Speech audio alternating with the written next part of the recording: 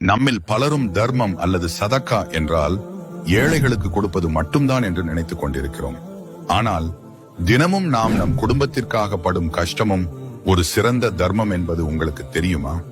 ஆம், நபி ஸல்லல்லாஹு அலைஹி வஸல்லம் அவர்கள் கூறினார்கள், ஒரு மனிதன் தன் குடும்பத்திற்காக செலவு செய்வதை அல்லாஹ்விடத்தில் நன்மையை எதிர்பார்த்து செய்தால் அது அவனுக்கு ஒரு தர்மமாக சதக்காவாக பதிவு செய்யப்படும்.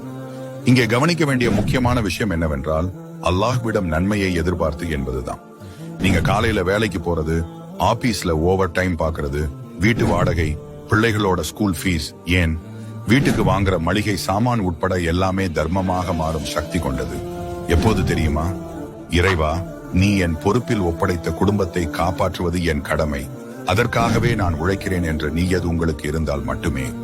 சும்மா கடமைக்கு என்று செய்யாமல் இதை ஒரு இபாதத்தாக நினைத்து செய்யுங்கள். இன்ஷா அல்லாஹ் உங்களின் ஒவ்வொரு துளி வியர்வையும் மறுமையில நன்மையாக திரும்ப கிடைக்கும். இதே போல Download ShareChat.